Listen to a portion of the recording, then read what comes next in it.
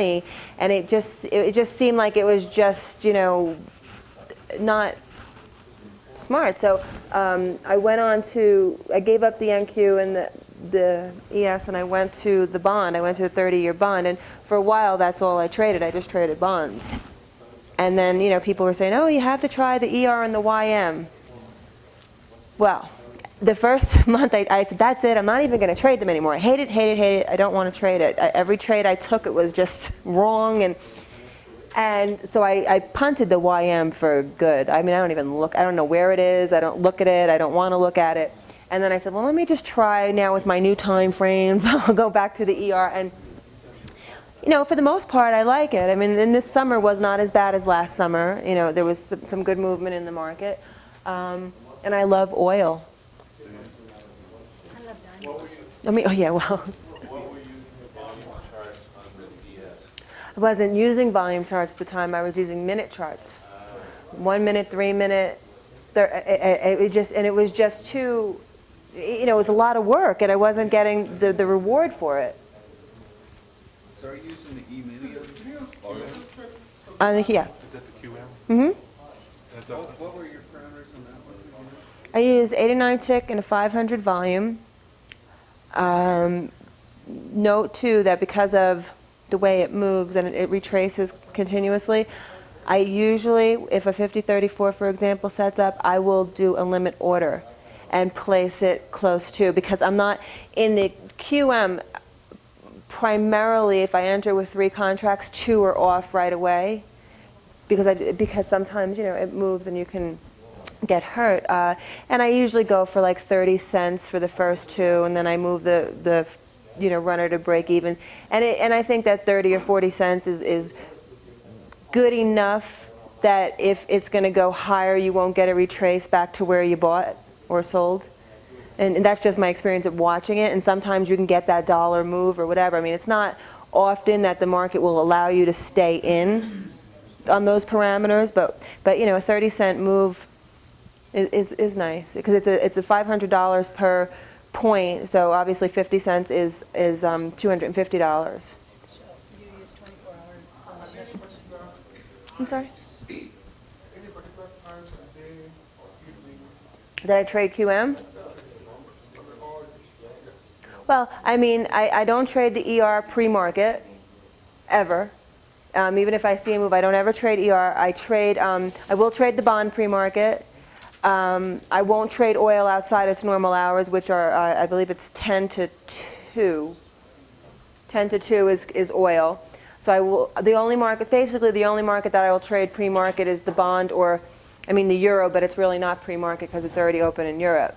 So those are the only 2 that I'll trade early in the morning. What are your volumes on the crude oil? I use 500V and 89 tick.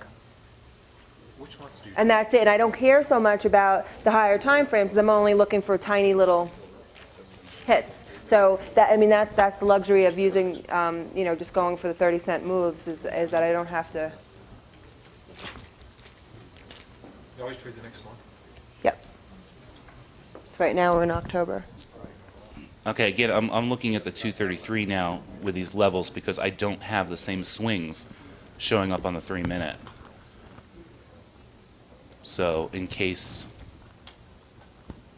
there's anything we want to be concerned about with support, short term, we can have it on the 3-minute, on the 233 tick instead at the moment. Because I don't have a swing high that's been violated on the 3-minute, so I can't set up symmetry support. But we do have it on the 233 tick.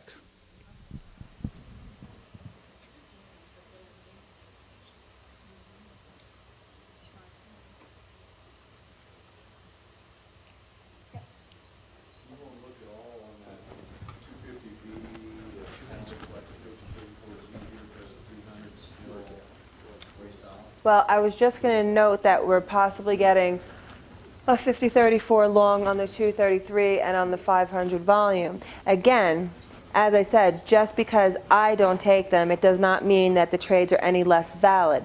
So if you wanted to try it out, you would look and say, okay, I'm not going to pay attention to the 3,000 volume. So what I'm going to do is I'm going to look for it here. I'm going to wait for a confirmation. What is my 1,000 volume, my middle time frame doing? Is it supporting that long? Quite possibly, yes, it is. Could be getting the same setup there. So if you're going to get the setup on 1, 2, 3 time frames, it's a higher probability that it's going to work. So could you do it? Sure. And you know, I mean, we'll go through it, you know. It has to close. It can't just be across. It's got to close. The tail end of the bar can be below, but the close has to be above. Yeah, it doesn't matter. Yeah, I mean, it doesn't have to be like a floater where it's just, you know, suspended above. It can have been on both sides. As long as the close is above, it's fine. I thought that was a good word. Yeah, it just wasn't something I needed to think about right now.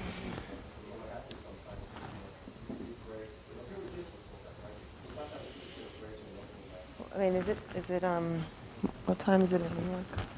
11:38. Okay. This is about the time that the ER slows down.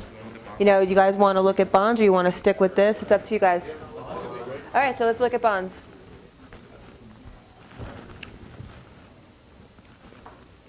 Oh, great. Okay, so here on the bonds, this is, I have to figure out what this is first. All right, this is Mark's chart. This is my 3,000, my higher time frame. This is my 250 volume, and this is my 1,000 volume. Okay, so those are the 3 time frames I use. So I have 1 time frame per chart. There's no doubling up on this. You could, I just figure, well, it's only 3 charts. Let's just have them separated. Okay, so basically on the 3,000, you have what might look to be a long-term 50-14 setting up. Your 50 CCI has gone flat at the 100, above the 100 line. Your 14 looks like it could be crossing the negative. You have price activity around the 34 EMA. Okay. It's flat above the 0 line. It's flat above the 0 line, and the 14 looks like it's crossing through the negative. If we start looking at the lower time frames here on the 250V, and this is a great scalping chart, the 250 volume. What I normally do is I take trades on the 250V, 3 contracts, 3 ticks, all out. Okay, so I'm looking for a 9-tick total, so I'm in for 3. And if you look at it, can you enlarge that chart, the 250V? Now this is if you don't want to get into all the time frames and start doing. If you look at it, you can see. That's perfect. 3 ticks is. That'll be the last time you'll ever hear that. You're right. It's on tape. Oh yeah, Dharma said I did that. Here, if you see, 3 ticks is really doable in this. You know, you could even, I mean, you could use like, say, get rid of the 3,000 volume altogether and just say, as long as 1,000 volumes going in the same direction. I mean, look, it's relatively easy. 50-34, you place your entry. Always place your entry. If it triggers at 22:30 seconds, place your entry at 21:30 seconds. Okay, because bond will always tick back. Do you understand what I'm saying? You'll always get that 1 tick slippage, so just you're on a little time frame. You can't afford to, you have to be as diligent and as stringent as possible with your entries, so you always want to enter 1 tick better than the setup. So here, you had your entry. Can you do the crosshairs? Yeah, I just was showing something there. Oh, okay. See the extension? Oh, good. This is the 250 volume. It's a very fast chart, but for the 3 tick, you know, all in, all out, it's very, I mean, there's Sammy, he trades it, and he that's pretty much all he does all day, right? Is the 250, 3, you know, and he does the same thing. I think he's even increased the contracts now and just in and out. Right over at the first, at 23. That's a 250V. Yeah, this is the 250 volume. So, you know, you had your long here, and it would have been some.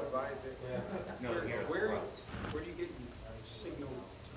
Yeah, you were below Here. -1. Right. Okay. You got your 0 line cross signaling. You got price over the 34 EMA, so that's a 50-34. So you had your trigger bar here. You would have entered 1 tick. Next, go over, back. This is the bar, the following bar after where I'm pointing you would have entered. Okay, the open was 116.15. Okay, you were at the 34 EMA at that point, so you have a pretty safe entry. Take your 3 ticks off at 18. It went higher, but we're not concerned with that. We're only concerned with getting 3 ticks. Then you had your 50.34 low. Low, short. Again, same thing. 3 ticks, oh, and you hit. Now, in that case, where's this one tick little retracement? Here, go ahead. Go here. Go back. Okay. The next bar is that's what triggered this short. The next bar is your open bar. Put it. Okay. Your open was 116.16. So you want to get 117. There you go. You don't it doesn't have to be the next bar or the same bar. As long as the pattern is still there, you can wait, you know, because you'll know quickly when you're not right. And you took 1 tick of heat. Well, yeah, except that you see what's going on in the bottom here. You've got all of a sudden the 50 now went below 100, is now above it, crossed above the minus 100, and you're saying, okay, well, why is that trade being valid? Because I'm only going for 3 ticks.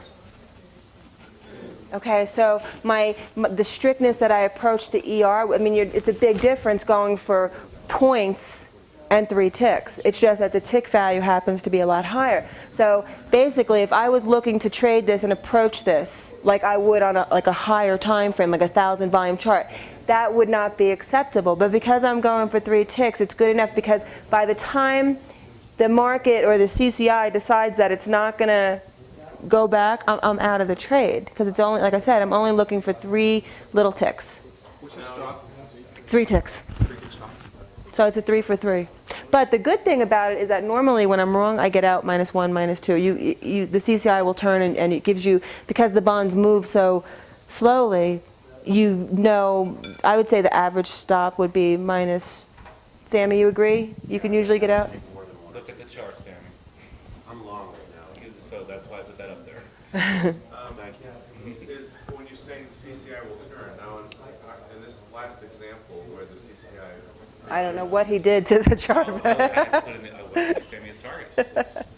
Okay. Where we waited for that uptick to get in. Right, and the we did it over CCI here was somewhere. above the minus 100. You're saying that the CCI turns, you're saying it goes above 0. Right, if it would start going above 0, That's what you're saying, okay, I'm getting that. oh yeah, because we can't afford to wait for closes and things like that because you're only going for 3 ticks. Or if it had been under the minus 100 at the point of entry, then you look at the minus 100. Excuse me? If it had been under the minus 100, you know what I'm saying? I mean, to confirm if we're going in the wrong direction. Well, yeah, I mean, there's plenty of ways to skin a cat. Like I said, I'm trying to get just 3 ticks, and if you look, you could see that on both the long and the short, there was a bigger than a 3 tick opportunity there. But the spirit of this chart is just simply, you don't want to try and get a big swing on a 250 volume chart. But to get 3 ticks 3 or 4 times a day, that's why I'm going back and showing you the past. It's just very doable. You know, now if we minimize that, and we go to a 1,000 volume chart, you can see that on the 50-34s, you can stay in longer. You know, I mean, it's all depending on how you want to approach bonds. Do you want to do the same triple time frame and make sure everything's in alignment? Do you want to just take quick scalps on the bond? It's 31.50 a tick. You know, so maybe you don't want to, you know, enter with tons of contracts and stay around. So what I'm saying is, if you can trade 3 lots on the bonds and go for 3 ticks, use the 250. If you can only trade 1 lot, use 1,000 volume because you have the setups happen less frequently and you get more sustained runs. And if you're going to do that and approach it with a 1 lot, then you want to, of course, have your higher time frame, your 3,000, and just make sure that when you're entering on the 1,000 volume chart that it's in agreement with the higher time frame.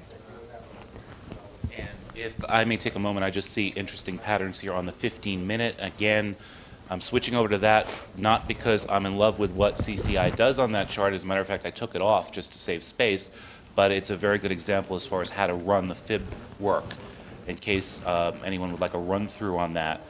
We're in an uptrend here because we took out prior swing highs, obviously not a pattern of lower lows and lower highs, it's higher highs and higher lows. So I'm going to look for support by taking 100% of the swing into the low and projecting from the new high. This was actually the major low, but I don't really see a swing there that's clearly defined. I could kind of use that one, and I'm not going to, because it's not a standout high. It just doesn't call to me as something that would be defined as a swing on that time frame. And so I'm going to just stick with that particular level, and I'm going to go from this standout low to the high with the retracement tool and see what we have that clusters. And we have this area here if we get down to it at 116.08. And more importantly, notice the prior major swing high. I want to see what kind of resistance I have to face. So I'm going to take the retracement tool from that high to the major low. And you see we've broken the 786. And what did I say before about the 786 breaking means that you're likely to make it to targets. Now this is a 15-minute chart, so it's not going to happen in the next 2 seconds, but we have targets above based on the higher time frame. What's the 15 minutes? Yes. So we can say that, look at it later. Yeah, we'll look at it later, sure. I'm curious about using a 15-minute chart. Well, you know what? I just tossed these charts up last night, so we'd have something that we could use for this. I use different time frames. Actually, this is a 24-hour chart. Also, I leave my bond charts at 24 hours, so I can use just about anything. But I usually use on bonds. I usually try to go for 10 minutes. I've just found that the swings stand out more for timing. I didn't know how much time we'd be spending on bonds today, so I didn't really prepare everything that I'd be doing with it. Sorry?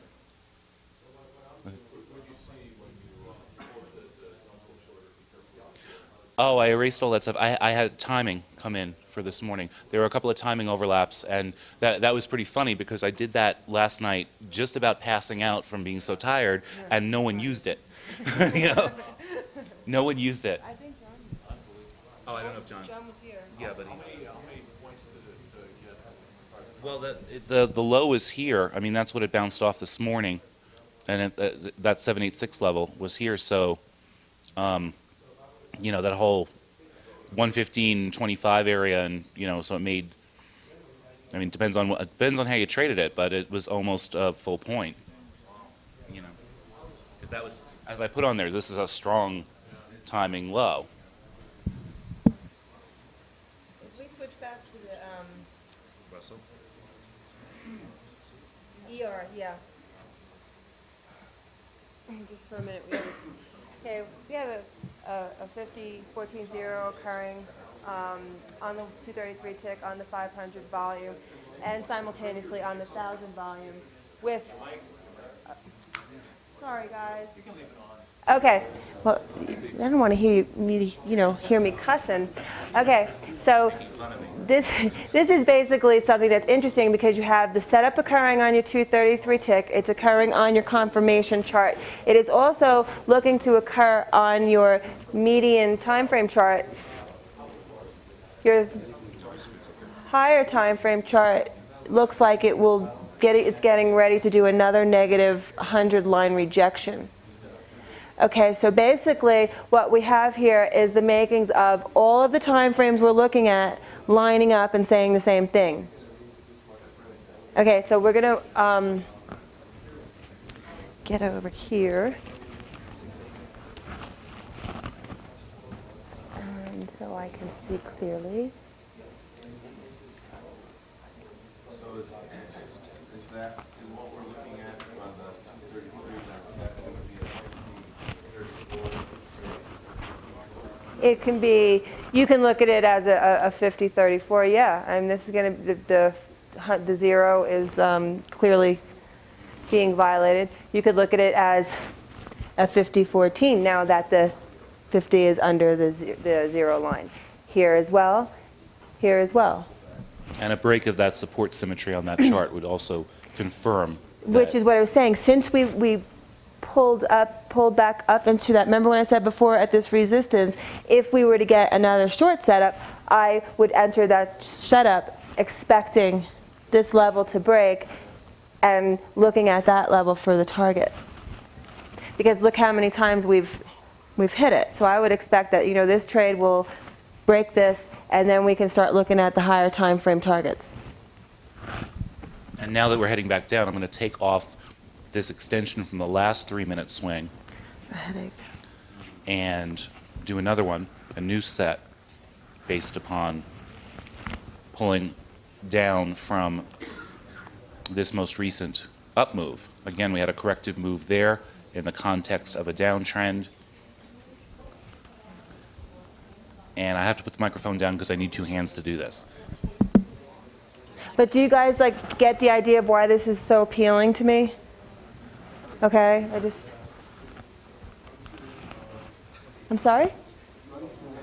Okay. Okay, sure. We have a setup occurring on the 233 chart. We can call it 5034, 5014, whatever you'd like. Our confirming chart is saying the same thing. Our next higher time frame is also saying the same thing. It temporarily tried to cross a 0 and it rejected that. Our highest time frame, the time frame that we're using to determine what we're taking in the market, is now looking like it's going to reject crossing that 100 line. And remember what I said before, every time you get a rejection, it should pulse the market lower. Not 100%, but you can expect that. And then did you do something? Okay, good. So then what I want to do is, as I'm looking at it, I want to break that, and now it's gone. Okay, so, that's kind of, I say all my time frames, it's kind of like everything is coming together, and I like that. Oh, okay, because I'm looking and I'm like, where did that line go that I was just saying I wanted to get rid of? I didn't mean get rid of it. I know. But it was broken. No, what you mean on the 3-minute? Yeah. There was a new swing. Oh, okay. I see what you're saying. Now you got to be concerned about 618 there. Does that make sense? Right. Well, Yeah. really, it's minor. It just. Okay. Uh, They're definitely getting a taste of our relationship. Which time frame are you going to use For the entry? We have to do this by the rules. We'll be using the 133, I keep saying 133 tick, the 233 tick, but we're not going to do it until the 500 also confirms. Okay, so this is the bar that will be, don't have confirmation yet on the 500 volume. Yeah? Have you ever tried looking at volume charts with bid numbers? And you can also how did you come up with, say, 500 in a Is that just from all your? Well, what happened was I used to use a different feed because Mark is using I use a different feed, but Mark is using e-signal, so it's really a 133 tick. That's why I keep saying 133. Right, so what I did was I started playing, I just found that I was getting chopped up a lot, so I wanted just to get another chart just to confirm. So I started looking for charts, just playing with the time frames. And I just came up with the 500 because it was the closest match. So I figured, like I said, if it's so close and then they're doing different things, then it should cause me to sit back and pause about entering the trade. So it was just a matter of playing around for the 500. The 1,000, like I said, I used to use a 3-minute, and then somebody in the room said, hey, take a look at this 1,000, and I said, wow, this looks a lot nicer, and on average, it takes 2, 3, 4 minutes for the bars to paint, so it was a likely replacement for that. And then the 3,000 was Croc. I don't know if you guys know him.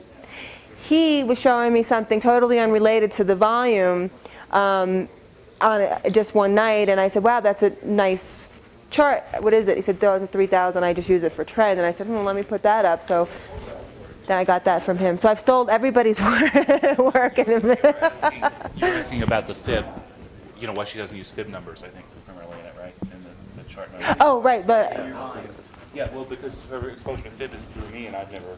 told me how to do it. No, I never. Like I told you yesterday, it's nothing that ever I told you, you do it and let me know if it works. You know, because I just never looked at it. I should, probably. I was gonna ask you, why don't you run your levels off the volume charts then, rather than looking at the 3 and 15, why don't you run it off the? I do occasionally, but it would be impossible for me to run timing also on a volume chart. So if I'm going to run longer term intraday levels, I'd rather do it on a chart that then I can see price and time directly.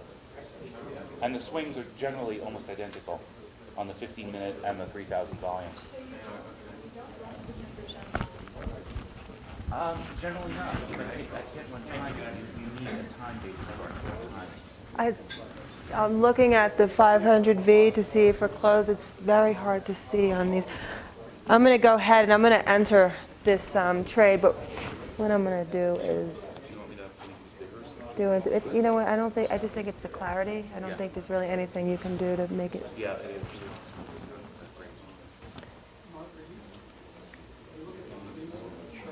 Yeah.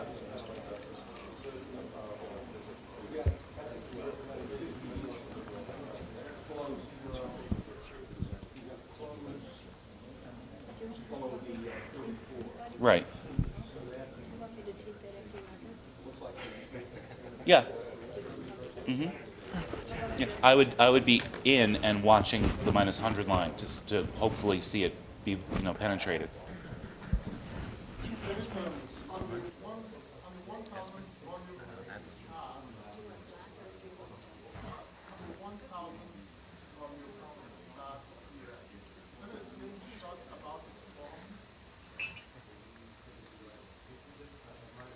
Is it? A slingshot on the 1,000 volume chart. Well, we don't have 6. I don't have a 6. Yeah. Oh yeah, if you have it on your chart, I'm glad to look at it. Sure. It's okay. Sit down. I can.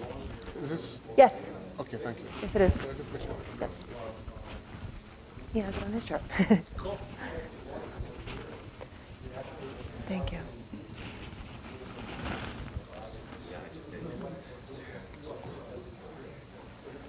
It's amazing to make a lot of sense. God help us, everyone. Decide what you're going to be trading at. You can post on Trader Table. Mm-hmm. I've been up there a few times. Okay. And I expect I'll be up there a lot more. Okay. When you decide that you're bored with one contract, you sort of post in there, hey, I'm bored, I'm going to go with this. I'm always bored.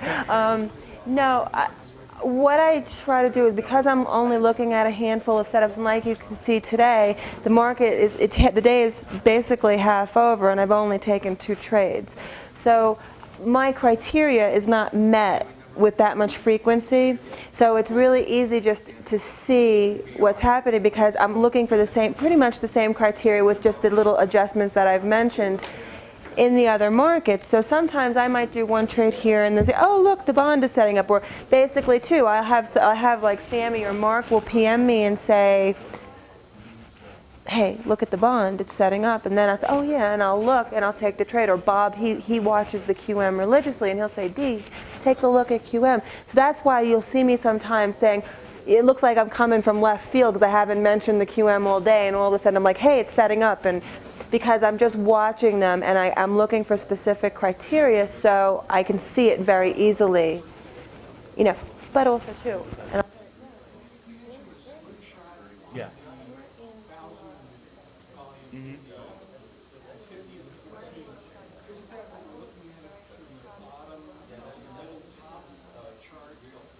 Here, that's the 1,000, yes. But Slingshot, he meant also with using a 6 period CCI, the turbo. He meant a 14.6. I don't have that up right now because Denise doesn't use it generally. Ordinarily, I have that up because I like to see slingshots too.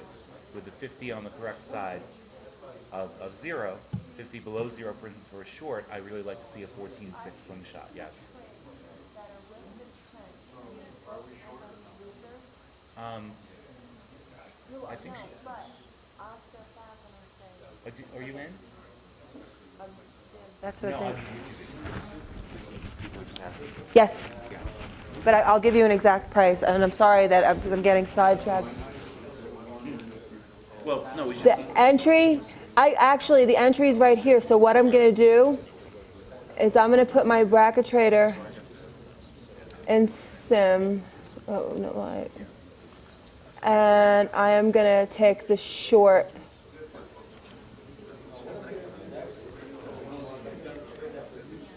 And I am in at 676.80. Okay? My stop is sent out at 677.8. My first target is 675.8. What I'm going to do now is pray that it goes down. No.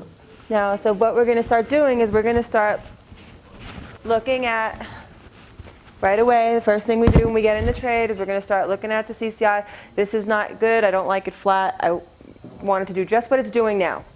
Want it to go down. We're going to watch at the 100 lines, and we'll make our determination about the future of the trade. Once we get there, we have 3-minute support, which would be, you know, it's kind of, I don't want to use the term, but it's kind of a bold move here since we did this. But as Mark said before, this is not a major There's no symmetry. area.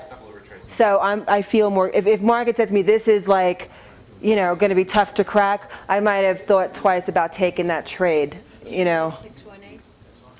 Well, it's on. If it were a 618 and 786 on a longer time frame, I'd be concerned. But you're always going to have, whenever you get into a trade, you're going to have a 618 and a 786 in the way. Anyway, you take no trades if you didn't, if those weren't there. And basically, those are levels we have to just look for to hope, you know, to see that they crack. They generally, especially the 786, very often coincides with the minus 100 line, depending on the market momentum exactly. But those are things you just have to be aware of, that they're in the way. There is no, if there were overlapping symmetry there, the 100% projection from a prior corrective move downward, then it would be a setup for a buy. And I would have said, this can't short this. But in this case, it's just stuff that's in the way between us and the target. Okay, after I finish the trade, we'll continue that conversation. Okay, my first target is going to be 675.80. That's where let me just make sure that's where I got in. Yeah, target sent out. Target is 675.80. Right now we're up 2 ticks, so unfortunately we don't have to worry too much about the target. It's slow moving. I mean, it's also at a weird time. And by the way, just in case any of you are wondering, I don't automatically say I don't trade lunch. I normally take this time to eat, but it's not because I don't want to trade lunch. It's just that's my schedule. So I will, if I'm sitting at the computer and a setup comes like this, I will take it. My stop is always set at a point. It's set in my bracket trader. As I said before, it's not something that I take on a regular basis. In the past 3 months, I can count on one hand how many times I was actually taken out of the market with a point. It's usually -4, -5, on the high end, -6, 7, but never, I really very infrequently get taken out with a point. And almost never on 3 contracts. If I start getting nervous about, like, for example, here we are, and as I said, we're getting this flattening here. So if we start getting closer down and it starts flattening, I may not want to give up on the trade entirely, but I may want to, you know, reduce some of my risk. So I might go ahead and just take off 2 contracts and just leave one on, you know. So there's ways you can approach this. And if you look at your 500, I mean, this looks more favorable. It's pointing straight down. Your 1000 V is pointing straight down. And you do have that reject now much more clear on the, you know, so we're going to try to be patient and let the 233 tick do what it needs to do. I'll take all the help I can get. Okay. I don't spot ghosts, and I'm not very good at her head and shoulders. Oh, okay, yeah, it's much more obvious on price. Yeah, I don't use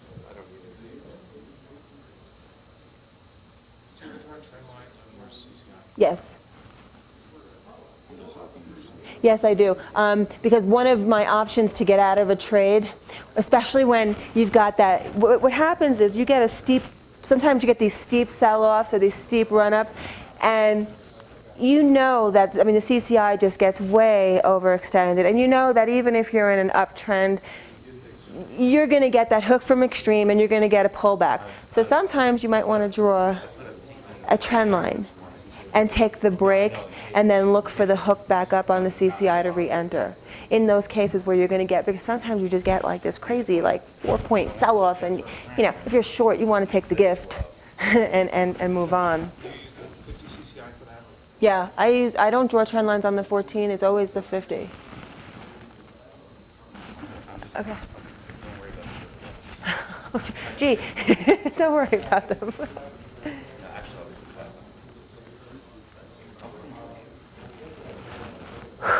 What price do you have? 650. Okay. All right, so as I said, it's really not moving with much oomph, but we're going to try and be patient with this. We're going to give it an opportunity to cross. The 500's probably going to cross sooner than the 233 tick. One of the things you might want to watch for as an indication, this is a likely scenario, that your 500V will cross down, but your 233 tick will go flat just above. You want to watch that because it's kind of conflicting.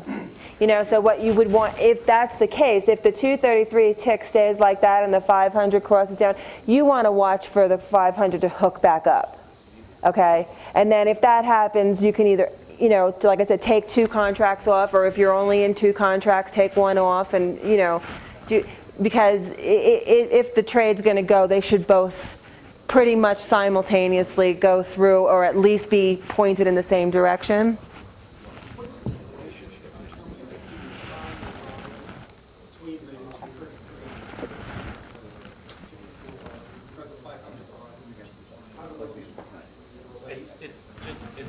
It's two different ways of slicing the market data. One is per the transaction, the other is the volume. So basically, I mean, I used to trade with a 3-minute 250 volume and a 233 tick, just with the idea that you're taking the same market activity and slicing it 3 different ways. You wanted to see, you'd see that the transactions, the ticks, were leading in the right direction, and that then there was commitment to it by volume going in that direction, to volume, actual number of contracts shared, traded, being pushed. Come on.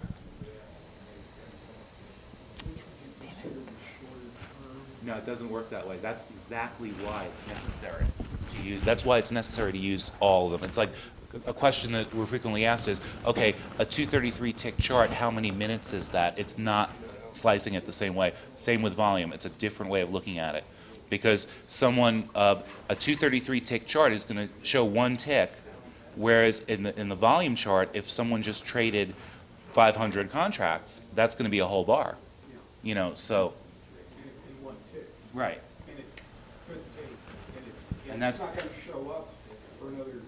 right, and that's exactly why we're using different types of ways of slicing this, because we want to see the commitment to that move.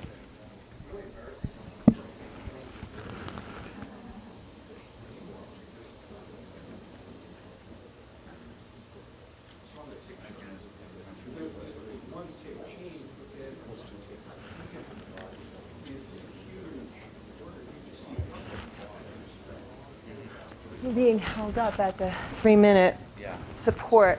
Okay, so, oh, here we go. Let's see. Yeah, we're being held up. If you could look at Mark's 3-minute chart, we've been testing this 76 area, this 76.40, a lot.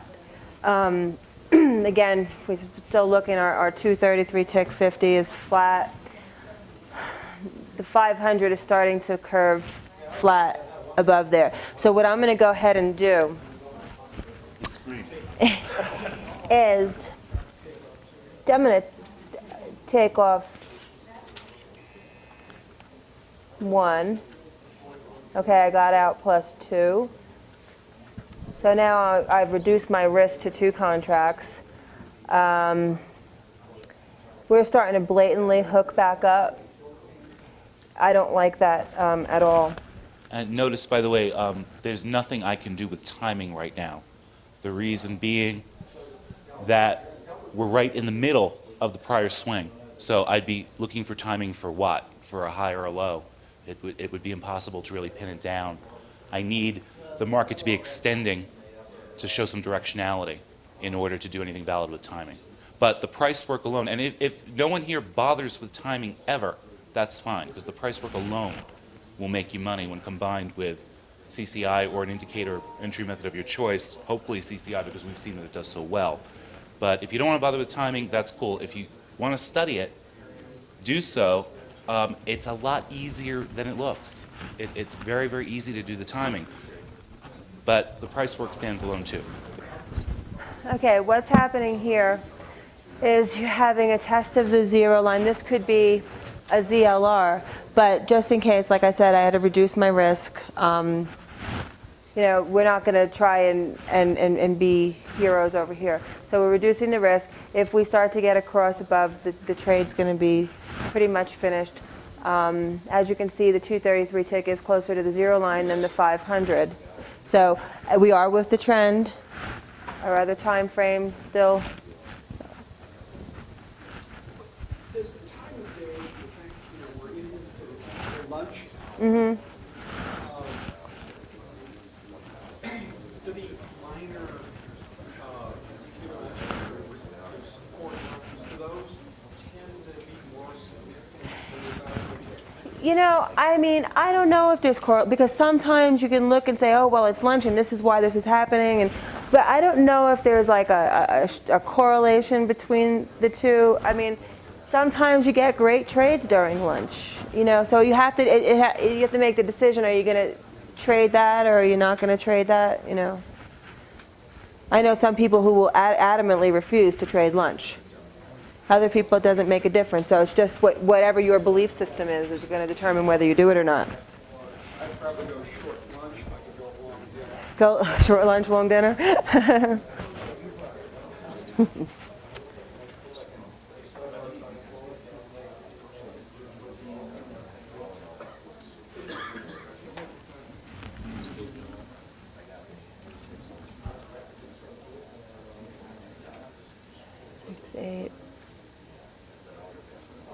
6, 8, 76, 9, 77, 71, 72. I'm going to put my stop in at, you know what? I'm going to get out of here.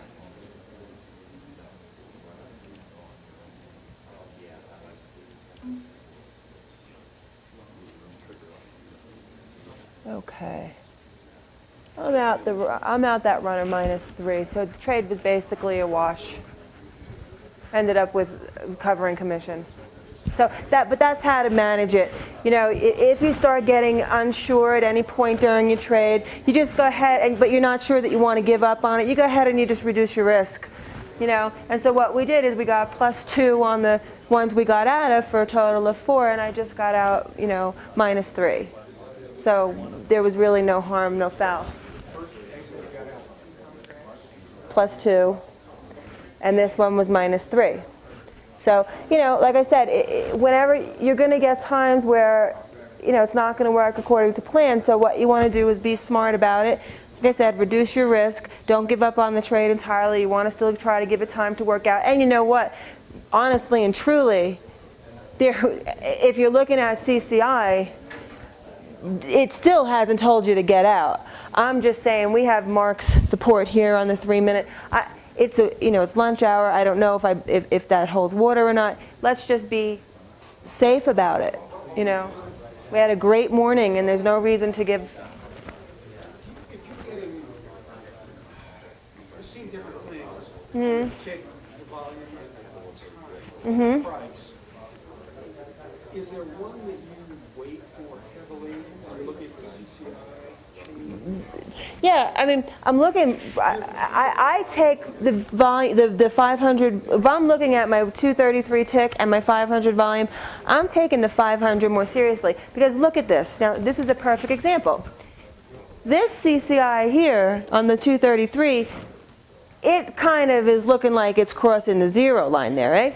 But here, it's obviously under. This could very well be a ZLR. This is more scared me more. You know what I mean? When I looked at this, I said, ooh. But if I wasn't looking at that, I could still say, well, you know, I'm at break even here. There's still valid reason to be in the trade according to everything else I'm seeing. But this helped me sway my decision, you know. And this might turn out to be one of those things where the 133 tick does something and the 500 never confirms, and we get a big sell-off, and then we have to scramble and look for an entry. And I promise you guys that as soon as Denise sees what I did on the 3-minute chart, she's going to yell at me. Probably hit me too. You kidding me? All right, well, see, now we're stuck between support and resistance. And now you're only a point away. So if we're to be stuck in this range, is it worthwhile to trade it to you? Is a point range good enough for you to make what you need to make? Okay, so no, well, no. See, no, we don't do that, okay? You don't trade because you're bored. No.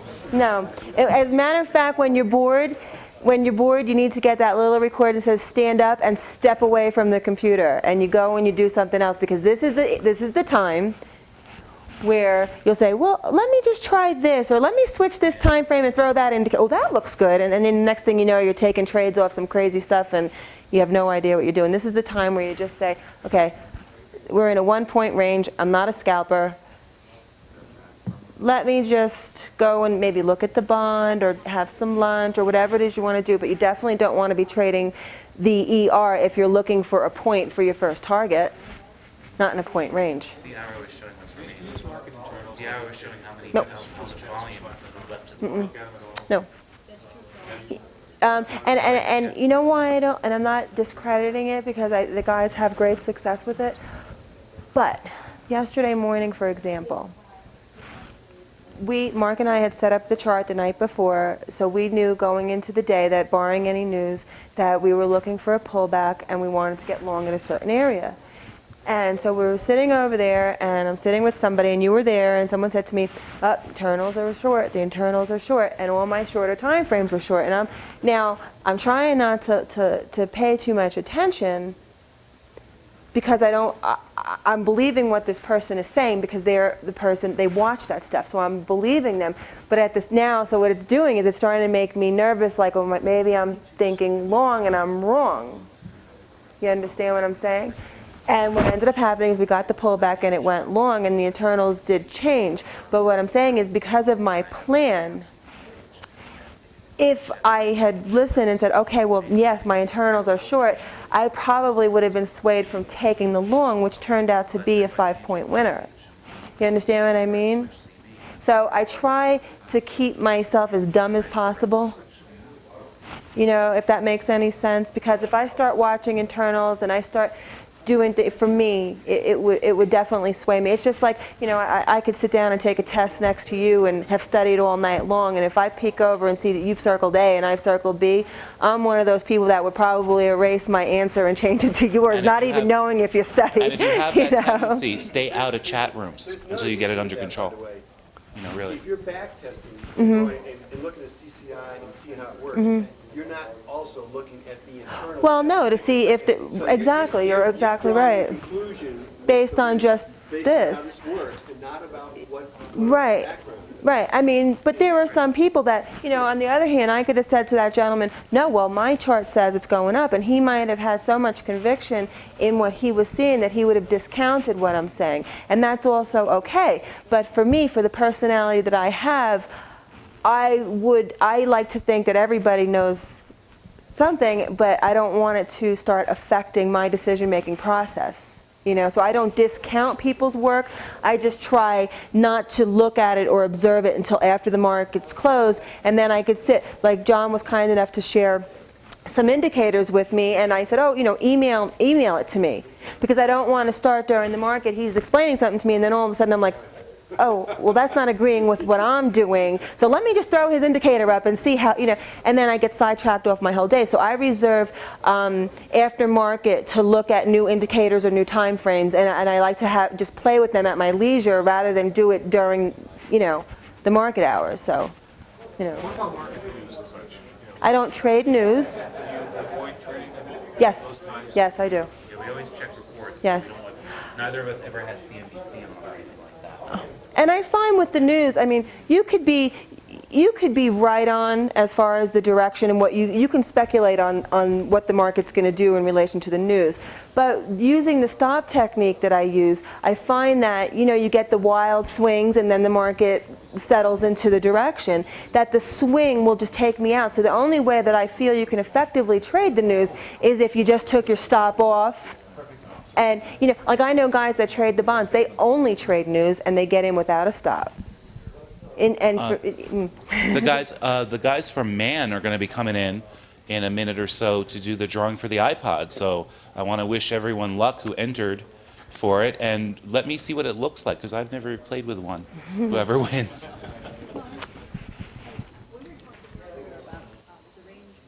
Yeah, I've never used them. Does it sound interesting? It does. The range bars. The reason I've never used them is because I only learned about how to choose the right bar, the right range when I listened to Yuri's presentation in Orlando, and I frankly just have not had time to work with them since. Obviously, I couldn't run timing on those. I'd like to see how they work with my fib price levels. Probably very similarly. And again, I'm comfortable with what we're doing. I guess I'd like to see what it does with CCI. Well, it's not something that I consider essential for it's like.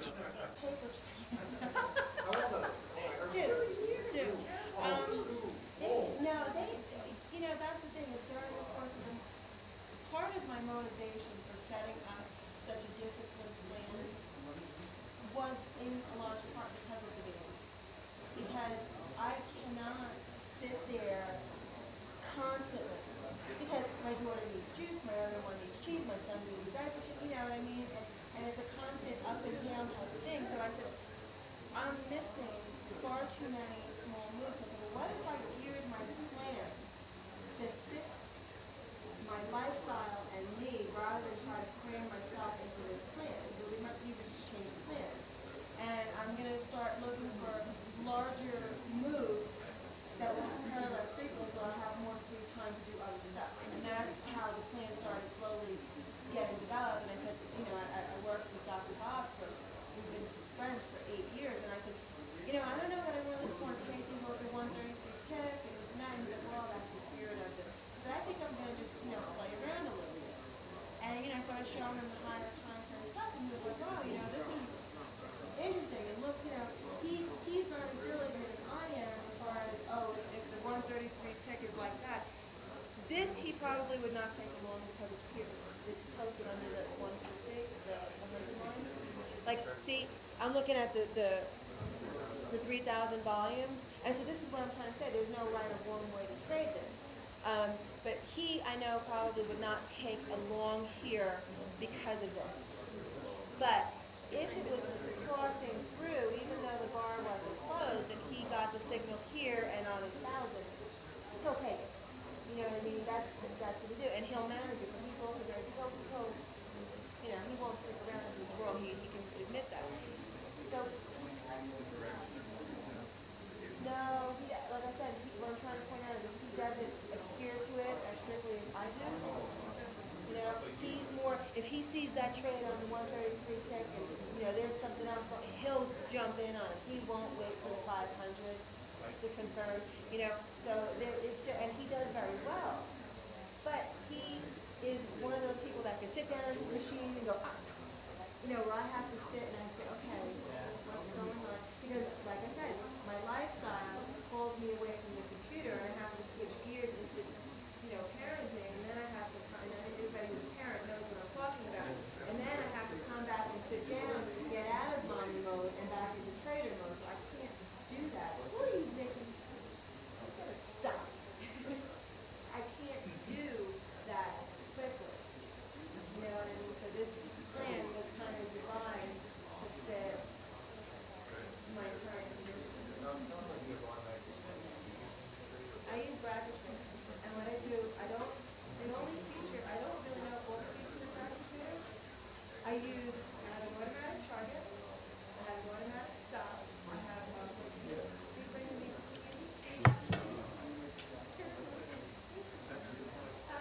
I have, like I said, my target stop, I have a target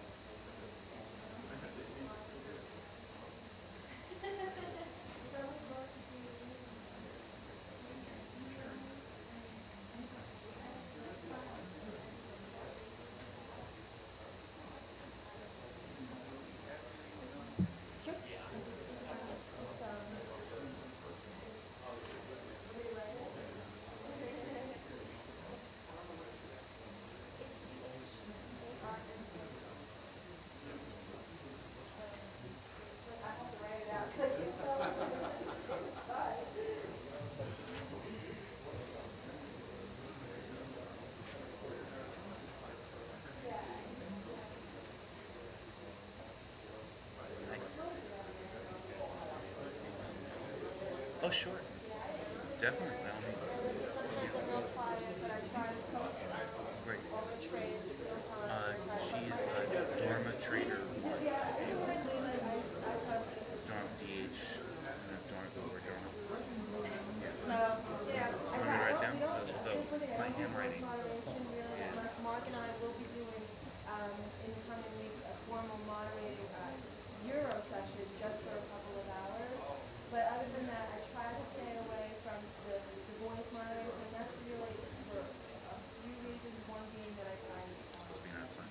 can't stand just blabbering about nothing. Sometimes on and number two is that I really Thank feel you. that by me constantly talking, it will make you Oh, fantastic. Yeah, we'll be adding to that, definitely.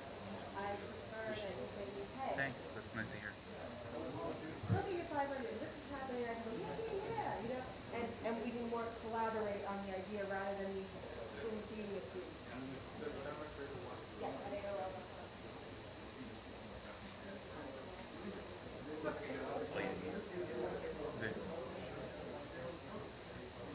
Like Chicago. Not Not bad. bad. I don't think I have felt that bad, so I bring out the best in you, my dear. You were such a sight. Oh, you like, me too, I know, but you like, let me tell you something else. I fell face down on that. I was Sammy moving my room. Can you, I had to go do an inspection if I said you took something from me. I see my pants were Oh. moved off the chair. you know what I brought? Or something. So I don't, I know, you're looking for it, I'm like, my stuff. what, your underwear? No, he doesn't. Do you want to leave this for tonight or something? No.